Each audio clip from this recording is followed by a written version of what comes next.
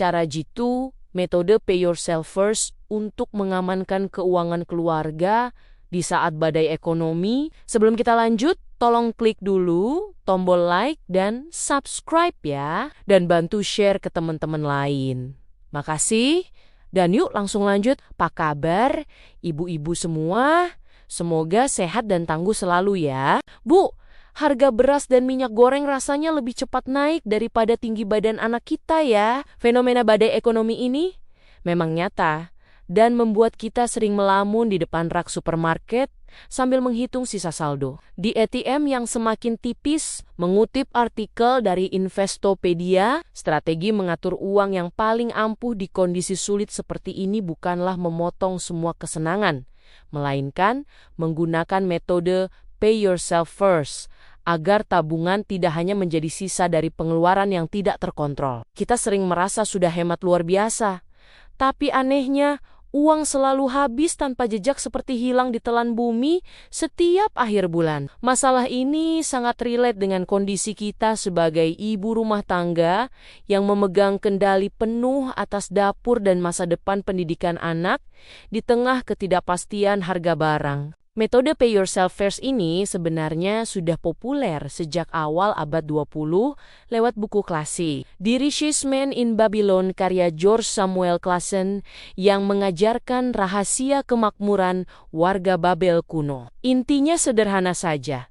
Ibu harus menyisihkan sebagian uang untuk tabungan masa depan segera setelah menerima gaji atau uang belanja, bahkan sebelum membayar tagihan listrik atau membeli kebutuhan pokok. Jangan menunggu sisa uang di akhir bulan, karena secara psikologis, sisa itu biasanya tidak akan pernah ada akibat keinginan belanja yang tiba-tiba muncul. Masalah nyata kita adalah sering merasa bersalah kalau tidak memenuhi semua keinginan anggota keluarga, padahal mengamankan dana darurat adalah bentuk kasih sayang yang paling logis untuk melindungi mereka saat terjadi krisis. Bayangkan jika mesin cuci tiba-tiba meledak di tengah bulan, sementara uang sudah habis untuk hal-hal yang tidak mendesak, tentu kepala kita akan terasa lebih pusing daripada menghadapi anak yang mogok makan.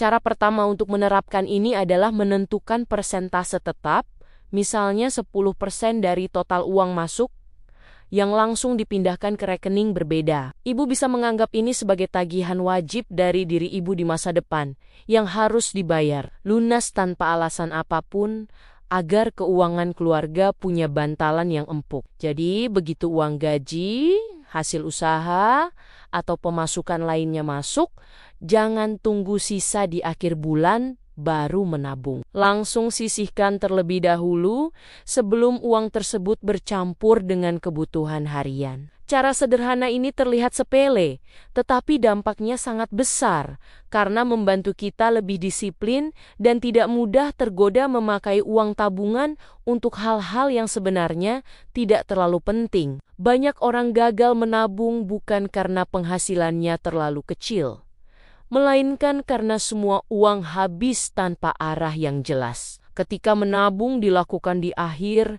biasanya yang tersisa hanya sedikit, bahkan kadang tidak ada sama sekali. Karena itu, ubah pola pikir bahwa menabung bukanlah sisa dari pengeluaran, melainkan prioritas utama yang harus diamankan sejak awal. Walaupun nominalnya kecil, jika dilakukan rutin setiap bulan, lama-lama akan terkumpul menjadi dana yang sangat membantu saat ada kebutuhan mendadak, biaya sekolah anak, perbaikan rumah, atau kondisi darurat lainnya. Supaya lebih mudah dijalankan, ibu bisa menggunakan rekening khusus yang jarang dibuka atau bahkan tanpa kartu ATM agar uang tidak gampang diambil. Anggap saja rekening tersebut seperti celengan masa depan keluarga. Semakin jarang disentuh, semakin cepat tabungan bertumbuh. Tidak perlu langsung besar, yang penting konsisten. Bahkan tabungan kecil yang dilakukan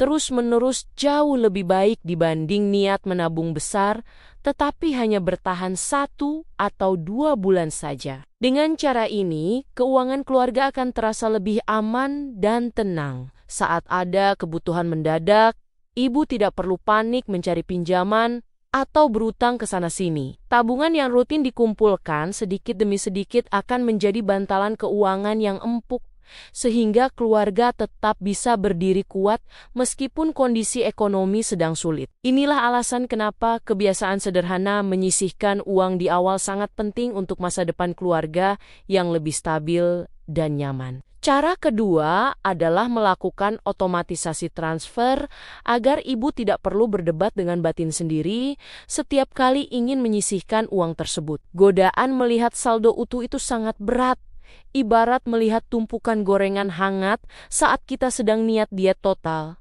Jadi lebih baik uangnya tidak terlihat sejak awal. Cara ketiga adalah menyesuaikan gaya hidup secara bertahap sesuai dengan sisa uang yang ada di tangan. Setelah dipotong tabungan tadi, ibu akan dipaksa menjadi kreatif dalam mengelola uang yang tersisa untuk kebutuhan makan dan biaya operasional rumah tangga tanpa harus mengganggu dana yang sudah diamankan. Contoh logisnya begini, kalau ibu punya uang 1 juta rupiah, langsung amankan 100.000 rupiah ke dalam tabungan permanen. Sebelum menyentuh sisanya, jika tiba-tiba ada tukang bakso lewat dengan aroma yang sangat menggoda, atau ada daster motif terbaru di toko daring, ibu harus ingat bahwa uang belanja tinggal 900.000 rupiah saja. Disinilah seni menjadi ibu rumah tangga yang cerdas diuji. Karena kita harus mampu membedakan mana kebutuhan mendesak dan mana keinginan yang hanya numpang lewat di pikiran. Mengelola keuangan di saat badai ekonomi memang butuh mental baja dan sedikit selera humor agar kita tidak cepat stres menghadapi tagihan yang datang bertubi-tubi. Dengan mengutamakan tabungan sendiri, ibu sebenarnya sedang membangun benteng pertahanan yang kuat untuk keluarga agar tetap bisa berdiri tegak meski badai ekonomi melanda. Kesimpulannya, metode ini adalah tentang mengubah pola pikir dari menabung sisa uang menjadi menabung di awal waktu demi kepastian masa depan yang lebih cerah. Kita mungkin sering merasa lelah mengatur angka-angka yang tidak pernah cukup. Namun konsistensi kecil hari ini akan menjadi penyelamat besar di masa yang akan datang. Mari tetap optimis dan semangat dalam mengelola setiap rupiah yang ada.